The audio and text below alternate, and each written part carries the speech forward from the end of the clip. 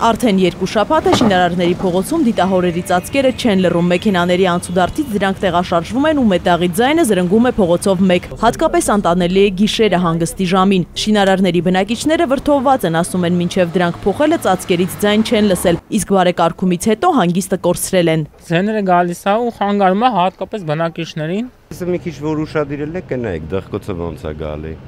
Այդ BMW-ն ընկել մեջ է, լուկը ֆռացը ջարդել էր։ Լուկը խի պետք է ձեն հանի։ Սաղ աշխարհը այդ լուկերն է քաղաքի մեջով, մենակ մեր մոտ է ձեն գալիս, Մոսկվայի չի ձեն գալիս այդ լուկերը։ Պարզվում է խնդրին ծանոթ է նաև խնդիր ստեղծողը։ Փողոցում դիտահորերի ծածկեր տեղադրել է Շինմաստեր ընկերությունը, որ Երևան ջուր ընկերության հայտարարած մրցույթի հաղթողն է։ Մինչ այս ընկերությունը դիտահորեր է կառուցել և ծածկեր տեղադրել մայրաքաղաքի տարբեր փողոցներում, սակայն շինարարներում է միայն, որ ծածկերն աղմկում են։ Ասում են, մեղքը արտադրողինն է, Շինմաստերը թուջե ծածկերը պատրաստի վիճակում է գնում։ Ընկերության աշխատակիցները փորձել են մետաղաձայնը լռեցնել, սակայն չի հաջողվել։ Փողոցում պետք է նոր ծածկեր տեղադրվեն։ Արտադրողը խոստացել է 2 օրում ուղղել սխալը, իսկ աղմուկի պատճառն արդեն հայտնի է։ Այդ ֆորման, որ իրանք թափում են, այս թուջե մտոցը կառուցելու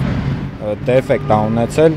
դրա համար շտկել չի, հնարավոր չի։ Մենք փորձել ենք շտկենք, բայց հնարավոր չի։ Ծածկերը տեղադրվել են, սակայն պատվիրատու ընկերությունը Երևան ջուրը չի հաստատել, որ դրանք պիտանի են օգտագործման։ Աշխատանքը կհամարվի արված միայն այն դեպքում, երբ որևէ խնդիր չլինի։ Իզաբելլա Հովհաննիսյան, Վահե Եղիազարյան, ժամը լրատվական։